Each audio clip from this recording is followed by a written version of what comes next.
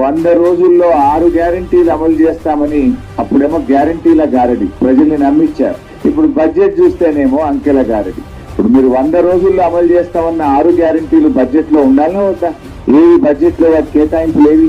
దాని ప్రస్తావన ఏది? ఎక్కడ కూడా ప్రస్తావన లేదు. అవ్వాతాతలకు ఇచ్చే 4,000 పెన్షన్ గురించి ప్రస్తావన లేదు.